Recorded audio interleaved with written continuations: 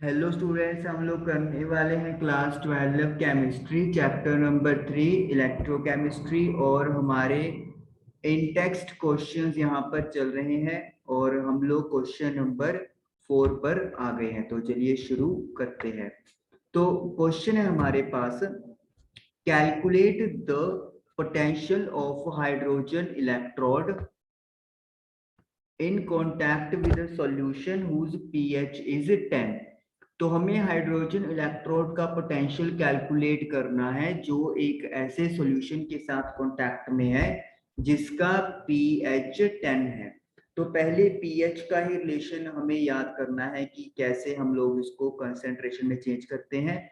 pH की value अगर 10 है तो इसका मतलब ये है कि जो हाइड्रोजन के आयंस हैं या हाइड्रोनियम के जो आयंस हैं उनकी जो कॉन्सेंट्रेशन है वो 10⁻⁻10 मोलर दी हुई है। अब ये चीज कैसे है, मतलब कि आपके पास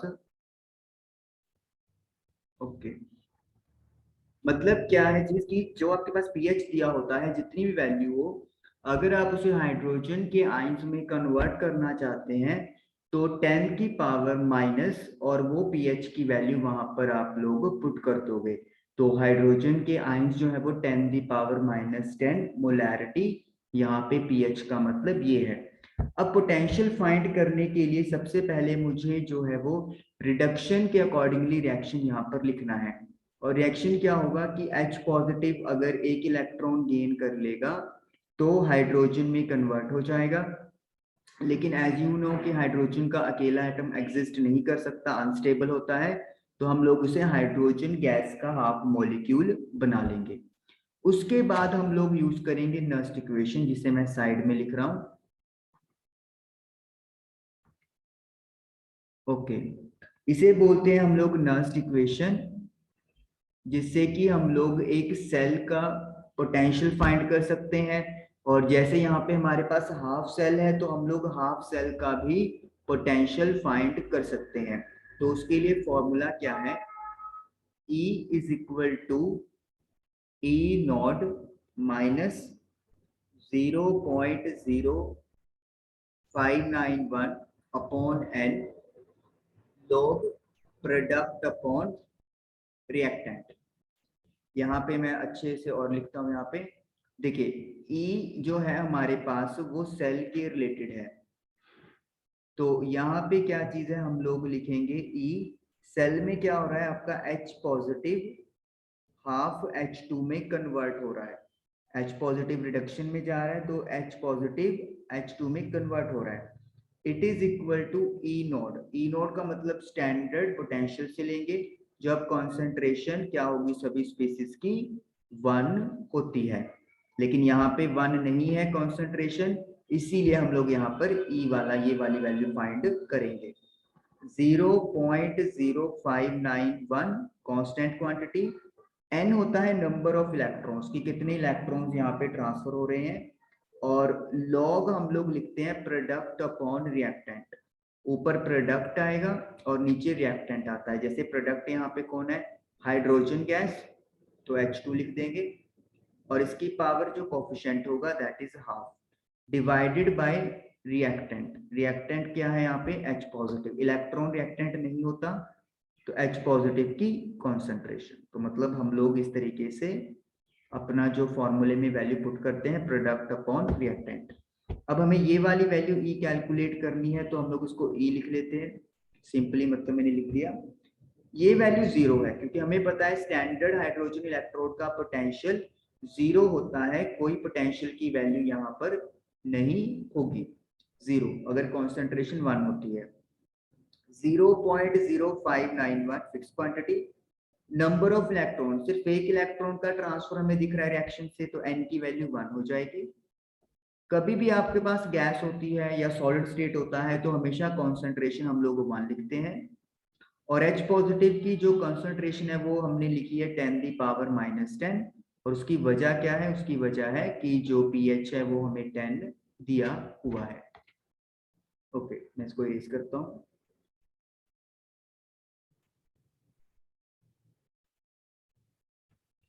तो E इज इक्वल टू 0 तो छोड़ दो, 0.0591 माइनस का है log। जब आप 10 दी पावर -10 को ऊपर शिफ्ट करोगे तो ये 10 दी पावर +10 बन जाएगा। अब यहां पर आपको प्रॉपर्टी याद रखनी है। कौन सी प्रॉपर्टी? अगर log m की पावर n होता है तो जो n है वो आगे आ जाएगा और मल्टीप्लाई में log m चला जाएगा। तो इस चीज के अकॉर्डिंगली जो अपना 10 है, जो पावर है, वो आगे आ जाएगी और log m यानी कि log 10 रह जाएगा। n सिर्फ m की पावर है, पूरे log की पावर नहीं है, ओनली m की पावर है n। जब आप इसको सॉल्व करोगे तो ये जो पॉइंट है वो मतलब हमारा कहाँ पे हो जाएगा, एक आगे चला जाएगा 0.591, minus sign as it is रहेगा। log 10 की वैल्यू 1 होती है, log 10 1 होता है, तो इसीलिए ये 1 हो गया, 1 की मल्टीप्लाई करके सेम आता है। तो ये हमारे पास क्या हो गया, आंसर आ गया, और यही हम लोगों ने फाइंड करना था। तो कहने का मतलब है कि सबसे पहले तो नस्ट इक्वेशन का यूज करेंगे और उसके बाद n number of electrons log p upon r। p stands for product. अगर कोई भी रिएक्टेंट या प्रोडक्ट आपको गैस या फिर सॉलिड स्टेट में मिलता है तो उसका कंसंट्रेशन हम लोगों को 1 लेना होता है। तो इधर जो प्रोडक्ट था वो हाइड्रोजन गैस का मॉलिक्यूल बना था, तो उसका कॉन्सेंट्रेशन 1 हो गया। 1 की पावर कुछ भी हो 1 ही होता है। H पॉजिटिव की कॉन्सेंट्रेशन हमें दी हुई थी लेकिन इनडायरेक्टली, पीएच दिया हुआ था 10। तो कॉन्सेंट्रेशन कैलकुलेट करने के लिए करना क्या होता है आपको, 10 की पावर जो पीएच दिया होता है उसको पावर बना देते हैं साइन नेगेटिव करते हुए। तो इस तरीके से आपके पास H पॉजिटिव की वैल्यू भी आ गई। अब ई नॉट का मतलब होता है स्टैंडर्ड इलेक्ट्रोड पोटेंशियल। यहाँ पे हाइड्रोजन की बात हो रही है तो हमें पता है SHE का जो स्टैंडर्ड इलेक्ट्रोड पोटेंशियल है वो 0 होता है, क्योंकि हम लोग कॉन्सेंट्रेशन क्या ले रहे हैं, यूनिटी 1। अब कहेंगे आप क्वेश्चन में तो नहीं लिया, क्वेश्चन में नहीं लेते, लेकिन अगर कॉन्सेंट्रेशन 1 होता है तो हाइड्रोजन वाले इलेक्ट्रोड की ई नोट वैल्यू 0 हो जाती है, तो इसलिए 0 लेंगे। 0.091 एक कांस्टेंट है, वो हर न्यूमेरिकल में आपको आएगा। n नंबर ऑफ इलेक्ट्रॉन्स है और रिएक्शन से हमने देखा था कि सिर्फ एक इलेक्ट्रॉन था जो ट्रांसफर हो रहा था, तो एक इलेक्ट्रॉन के ट्रांसफर होने की वजह से n की वैल्यू 1 आ गई और E आप लोग कैलकुलेट कर सकते हो। तो मतलब जब कॉन्सेंट्रेशन 10 दी पावर -10 मोलैरिटी है तो फिर सेल जो है, हाफ सेल, उसका जो पोटेंशियल है वो 0.591 वोल्ट होगा with negative sign. Question number 4 ये हम लोगों का डन हुआ। चलिए अब करते हैं नेक्स्ट क्वेश्चन। क्वेश्चन नंबर 3.5 आपके सामने है। Calculate the EMF of the cell in which the following reaction takes place. Reaction आपको दी हुई है, थोड़ा बेटर वे में लिख लेते हैं एक ही लाइन में। निकल सॉलिड है, 2Ag प्लस नहीं है, ये पॉजिटिव ऊपर है, इसकी पावर है जो कैटाइन शो कर रहा है, 0.002 मोलैरिटी। देन निकल 2 पॉजिटिव, कॉन्सेंट्रेशन है 0.160 मोलैरिटी प्लस 2Ag सॉलिड। और ई सेल आपको दे दिया है, यहाँ पर ई सेल है या ई नोड सेल है, दिस इज ई नोड, यहाँ पे नोड रह गया है, तो ई नोड जो है वो हमें गिवन है, दैट इज 1.05 वोल्ट। तो ई नोड मतलब स्टैंडर्ड सेल पोटेंशियल। जब कॉन्सेंट्रेशन क्या होगी सभी स्पीसीज की 1 होगी तब जो सेल पोटेंशियल की वैल्यू है वो 1.05 वोल्ट है। लेकिन अभी आप देख सकते हो कि जो कंसेंट्रेशन है वो 1 नहीं है। निकल आयंस की बात कर लो या सिल्वर आयंस की बात कर लो, कंसेंट्रेशन 1 नहीं है, तो मतलब यहाँ पर हमें ई सेल जो है वो कैलकुलेट करना पड़ेगा। ओके, तो अभी जैसे मैंने आपको फॉर्मूला बताया तो वही फॉर्मूला यहाँ पे लगेगा।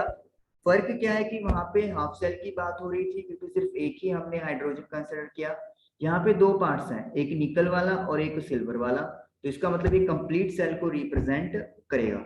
मैं बॉक्स बनाता हूँ और बॉक्स में नस्ट इक्वेशन का फॉर्मूला यहाँ पर लिखता हूँ। तो E cell is equal to, वहां पे देखिए H पॉजिटिव वगैरह की बात हुई थी, यहाँ पे सेल है तो इसलिए ई सेल लिख दिया। वहां पर भी ई नोड था, यहाँ पर भी ई नोड है। 0.0591 फिक्स क्वांटिटी, यहाँ पे भी n नंबर ऑफ इलेक्ट्रॉन्स, यहाँ पर भी लॉग प्रोडक्ट अपॉन रिएक्टेंट की कॉन्सेंट्रेशन। ये कैसे पुट करेंगे वो बात आपका करने वाले हैं। तो देखिए फॉर्मूला सेम लगाया है, बस फर्क ये है कि वहां पर सिर्फ एक इलेक्ट्रोड पॉसिबल था, अब यहाँ पे कंप्लीट सेल की बात हो रही है तो इसीलिए कंप्लीट सेल हम लोग लगा रहे हैं। तो ई सेल तो कैलकुलेट करना है, और ये कौन सी इक्वेशन है, ये हम लोग लिखेंगे by Nernst equation. Nernst equation क्यों बनाई गई, ताकि आप सेल की ईएमएफ कैलकुलेट कर सको जब कंसंट्रेशन स्पीसीज की 1 नहीं है, तब ये फॉर्मूला लगेगा, अदरवाइज तो ई नोट तो कैलकुलेट हो ही रहा है। What is the value of E note, तो पहले तो ई नोट सेल की वैल्यू है 1.05, ये लिख दिया हमने, माइनस 0.0591 सेम टू सेम है अपॉन, अब नंबर ऑफ इलेक्ट्रॉन्स डिसाइड करने हैं, उसके लिए मैं आपको एक बहुत अच्छा तरीका यहाँ पे बताता हूँ। सबसे पहले देखिए जो निकल है वो किसमें कन्वर्ट हो रहा है, अगर आप देखोगे जो निकल है वो निकल 2 पॉजिटिव में कन्वर्ट हो रहा है, तो मतलब निकल ने 2 इलेक्ट्रॉन अपने लूज कर दिए, तो निकल 2 पॉजिटिव में कन्वर्ट होगा कैसे, अगर वो 2 इलेक्ट्रॉन लूज कर देगा। If we talk about silver का आयन, तो सिल्वर के आयन में क्या हो रहा है कि वो एक इलेक्ट्रॉन गेन करके सिल्वर में कन्वर्ट कर रहा है, यही हो रहा है। लेकिन बैलेंस करने के लिए अब देखिए क्या है, यहाँ पर 2 इलेक्ट्रॉन्स है, यहाँ पे 1 इलेक्ट्रॉन है, तो इस मींस मुझे इस इक्वेशन को क्या करना पड़ेगा, 2 से मल्टीप्लाई। तो जब मैं इसको पूरे इक्वेशन को, पूरी को ही करना है, आधी को नहीं कर सकते, 2 से मल्टीप्लाई करूंगा तो मेरा ये इक्वेशन तैयार हो जाएगा।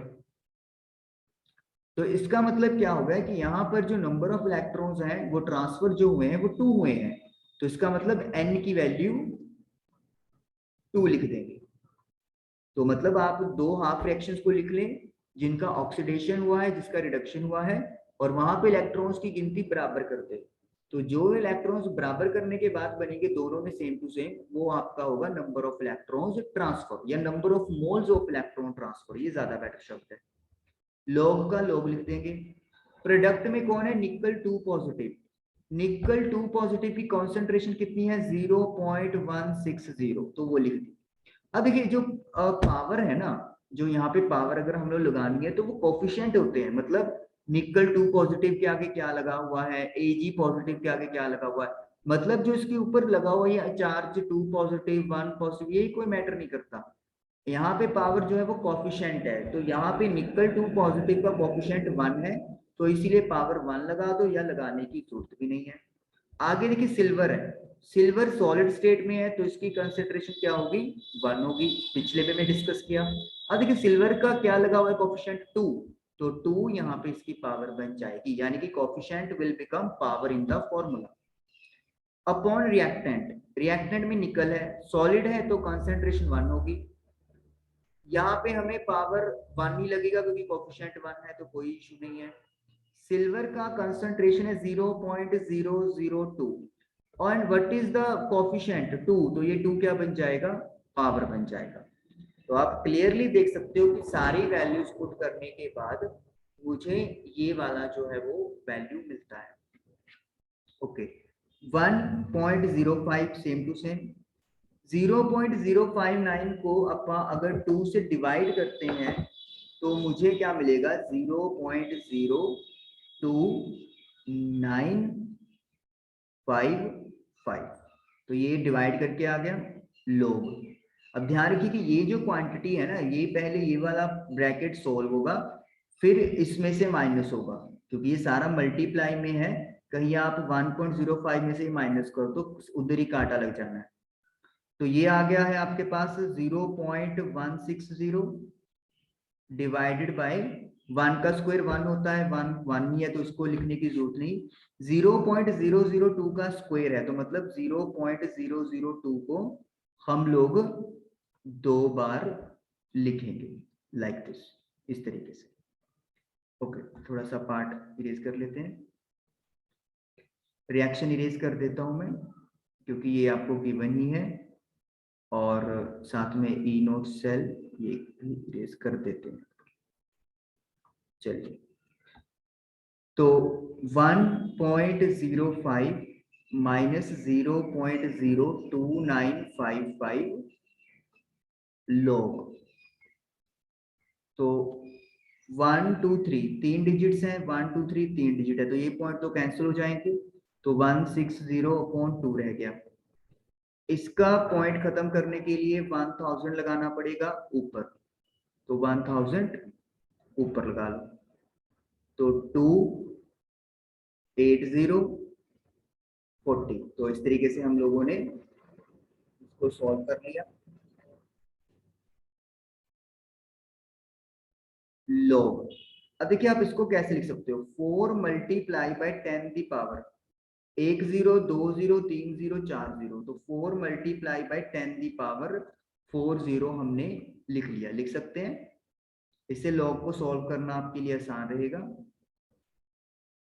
ओके, अब एक और यहाँ पे लॉग की प्रॉपर्टी ਆਪਾਂ लगाएंगे। व्हाट इज दैट प्रॉपर्टी, कि अगर log m इंटू n होता है, मतलब log आप दो वैल्यूज में ऐसे मल्टीप्लाई में लिख सकते हैं, तो स्प्लिट हो जाता है log m plus log n के अंदर।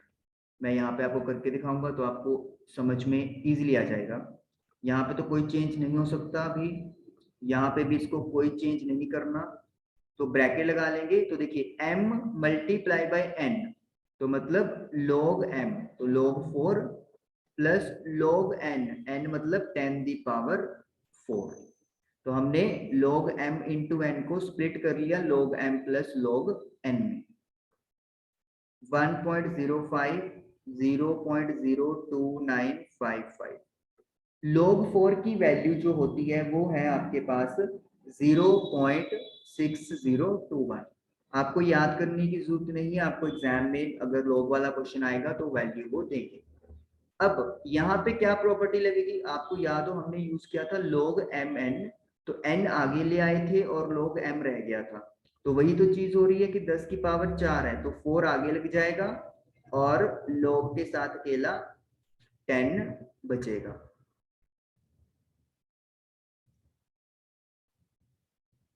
वन 0.05 0.02955 0.6021।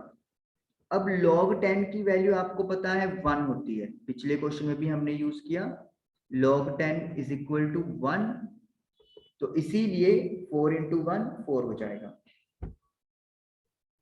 1.05 0.02955, तो इसको ऐड करेंगे तो ये बन जाएगा 4.6021।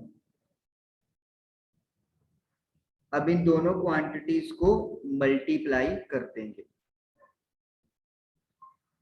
0.02955 4.6021, तो ये मेरे पास क्वांटिटी मल्टीप्लाई करके आ रही है 0.136, राउंड अप कर दिया।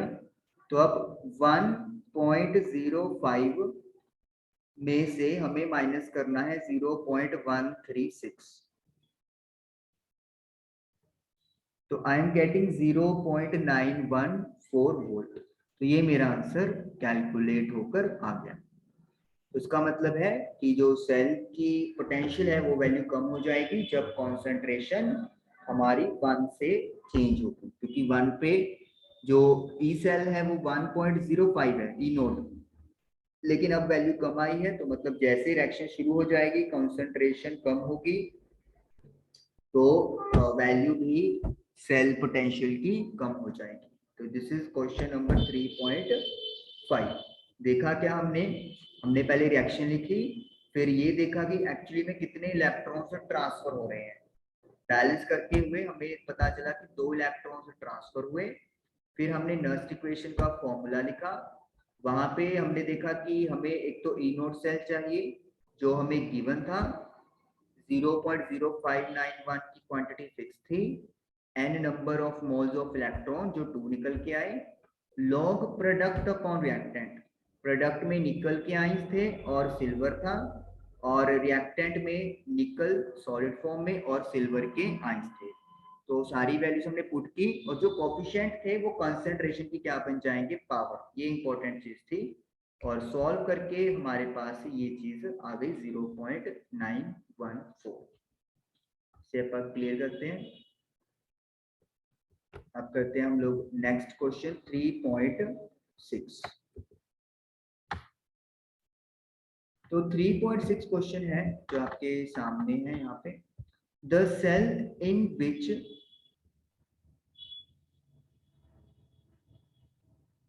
चलिए, तो सेल है जिसमें रिएक्शन हो रहा है। रिएक्शन यहाँ पे क्लियरली दिख रहा है, मैं आपको बुक से देख के बताता हूँ रिएक्शन क्या है। 2Fe3 पॉजिटिव यानी कि फेरिक आइंस है, 2I नेगेटिव आयोडाइड के आइंस, रिएक्शन हो रही है, फेरस आइंस बन गए और साथ में I2 बन गया, aqueous aqueous aqueous solid. Okay, तो ई सेल हमें दिया हुआ है। एक्चुअली ये ई सेल नहीं है, यहाँ पर भी ये स्टैंडर्ड सेल पोटेंशियल है, ई नोड सेल 0.236 वोल्ट है। तो calculate the standard gives energy, standard give energy कौन सा बढ़िया जी। तो स्टैंडर्ड गिव्स फ्री एनर्जी हमें पता करनी है, तो यानी कि हमें स्टैंडर्ड गिव्स फ्री एनर्जी का फॉर्मूला पहले तो पता होना चाहिए। तो मैं यहाँ पे फॉर्मूला यहाँ पर लिखता हूँ, बहुत ही आसान फॉर्मूला है। डेल्टा जी नोड, हमारी एनसीईआरटी में इधर आर भी सिंबल में डाला हुआ है, minus N F E naught cell. ये जो डेल्टा जी है this is for Gibbs energy और नोड लगा हुआ है तो स्टैंडर्ड गिब्स एनर्जी हमारे पास बन जाती है। तो पहले तो हमें ये फाइंड करना है, पहले हम लोग यही फाइंड करते हैं फिर दूसरे पार्ट की तरफ चलेंगे। Standard Gibbs energy, what is an number of moles of electron. F एक नया आपके लिए कांस्टेंट है, फैराडेज कांस्टेंट। इसकी वैल्यू फिक्स होती है जो होती है 96500 कूलम पर मोल, ये एक फिक्स क्वांटिटी है। ई नोट सेल हमें दिया ही हुआ है 0.236। तो एन, अब एन का चक्कर है। अब देखिए एन वही बात की मैंने कि जैसे रिएक्शन को हाफ हाफ में डिवाइड कर लो तो बड़ा आसान हो जाता है हमारे लिए ढूंढना। First of all Fe3 positive है, Fe3 पॉजिटिव किसमें कन्वर्ट हो रहा है, Fe2 पॉजिटिव में कन्वर्ट हो रहा है। उसका मतलब है इसने एक इलेक्ट्रॉन क्या किया है, गेन किया है, तभी ऑक्सीडेशन नंबर कम होगा। आई नेगेटिव ने क्या किया है, आई नेगेटिव ने एक इलेक्ट्रॉन लूज कर दिया है। तो अगर इलेक्ट्रॉन लूज किया तो यहाँ पे लिखेंगे। लेकिन हम लोग क्या देख रहे हैं, हम लोग ये देख रहे हैं कि Fe3 पॉजिटिव के साथ 2 लगा हुआ है, तो इट मीन्स मुझे पूरी इक्वेशन 2 से मल्टीप्लाई करनी पड़ेगी क्योंकि रिएक्शन तो मुझे इसके अकॉर्डिंगली तैयार करना है। और आई की मल्टीप्लाई भी मुझे किसके साथ करनी पड़ेगी, 2 के साथ करनी पड़ेगी। अब आपके मन में आ रहा हो कि यहाँ पे मल्टीप्लाई क्यों नहीं किया, क्योंकि यहाँ पे I2 ऑलरेडी प्रोडक्ट में I2 है, हम लोग अपनी तरफ से नहीं कर रहे हैं, हम लोग रिएक्शन को देख के कर रहे हैं। तो इसीलिए यहाँ पे 2 सभी के साथ होगा क्योंकि तभी बैलेंस होगा। यहाँ पे 2 सिर्फ I नेगेटिव और इलेक्ट्रॉन्स के साथ होगा क्योंकि I2 तो ऑलरेडी 2 एटम्स ऑफ आयोडीन की लेके है वहां पे। तो इलेक्ट्रॉन्स दोनों हाफ रिएक्शन में कितने आ गए हैं, 2 आ गए। तो इसका मतलब है n number of moles of electron will be 2। तो अब सारी वैल्यूज मेरे को मिल गई हैं तो पुट कर देते हैं अपन, माइनस n की जगह 2, f की जगह 96500 और ई नोड सेल जो है वो 0.236 आ गया। अब इसे अपन मल्टीप्लाई करेंगे तो 2 मल्टीप्लाई बाई 96500 0.236 तो ये मेरे पास आंसर आ गया -45,548 और ये मेरी जो यूनिट आती है ये इसकी यूनिट आएगी जूल पर मोल। अब उसके बाद देखिए यहाँ पे क्या चीज है हमारे पास, हम लोग इसको किलो जूल में कन्वर्ट कर देंगे and how to convert it, divide by 1000, तो ये आ जाएगा 45.548 किलो जूल। आप किलो जूल भी लिख सकते हो, किलो जूल पर मोल भी लिख सकते हैं। तो ये हमारे पास जो है वो आंसर आ गया। के स्मॉल है, जे कैपिटल है, ठीक है ना, यूनिट में प्रॉपरली यूज करना होता है। तो 1000 से डिवाइड किया ताकि जूल किसमें कन्वर्ट हो जाए, किलो जूल में कन्वर्ट हो जाए। तो इस तरीके से हमारा जो स्टैंडर्ड गिब्स फ्री एनर्जी है वो कैलकुलेट हो गया। स्टैंडर्ड गिब्स एनर्जी कैसे कैलकुलेट करना है, डेल्टा जी इसका सिंपल है NF E naught cell with negative sign, क्योंकि स्टैंडर्ड गिब्स एनर्जी निकालनी है तो जो सेल पोटेंशियल है वो भी स्टैंडर्ड होना जरूरी है, तो इसीलिए E नोट हमने यूज किया। Number of moles of electron calculate कर लिए, हाफ ऑफ फ्रैक्शन ले ली, उनको बैलेंस कर लिया। एफ कांस्टेंट होता है 96500। ई नोट सेल हमारे पास 0.236 है। तो इस तरीके से ये हमारे पास निकल के आ गया। अब आगे पूछा हुआ इक्विलिब्रियम कांस्टेंट। इक्विलिब्रियम कांस्टेंट मतलब इक्विलिब्रियम जहां पर रिएक्शन होनी बंद हो जाएगी। रिएक्शन बंद हो जाने का मतलब क्या है कि आपका जो सेल है उसका पोटेंशियल विल बिकम जीरो। तो हमें वो कैलकुलेट करना है, तो उसके लिए जाहिर सी बात है एक रिलेशन बनना चाहिए। तो वो रिलेशन क्या है वो मैं यहाँ पर अगेन एक बॉक्स बनाकर रिप्रेजेंट करूंगा। ये मेरे पास एक बॉक्स आ गया। तो delta G naught reversible is equal to -2.303 R T log Kc, ये होता है। माइनस तो एज इट इज 2.303 कांस्टेंट है, आर है यूनिवर्सल गैस कांस्टेंट जो उसकी वैल्यू आपको बहुत अच्छे से पता है 8.314 और टेम्परेचर टी जो यहाँ पे हम लोग कितना लेंगे, गिवन है हमें 298 केल्विन और केसी तो हमें फाइंड करना है। डेल्टा जी नोड हम लोग कैलकुलेट कर चुके हैं तो ये हमारे पास आएगा। तो अब इंतजार किसका है, हमें सिर्फ वैल्यूज पुट करनी है।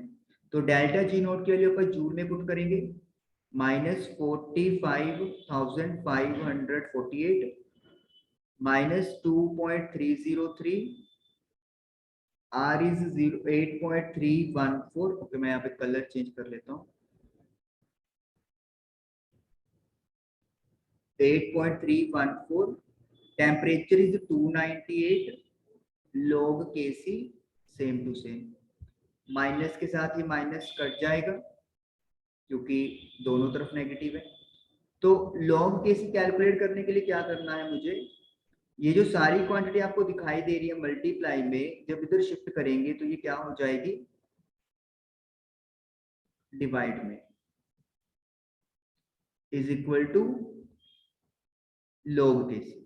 तो अब जब आप इसको डिवाइड करने वाले हो तो आपके पास जो वैल्यू है वो मिलने वाली है, कैलकुलेटर से मैं करता हूँ। एग्जाम में आपको वैल्यूज मतलब ऐसी नहीं मिलेगी, आपको जस्ट मेथड सीखना है, वैल्यूज आपको इजी देंगे वो। 298 तो 7.983 मतलब log Kc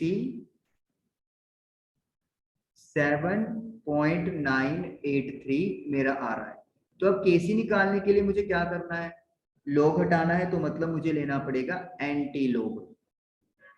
अब आपको एंटी लॉग वगैरह कुछ नहीं याद करने की जरूरत, वहां पे अगर आपको ऐसा क्वेश्चन मिलता है तो वैल्यू वहां पे देते ही है।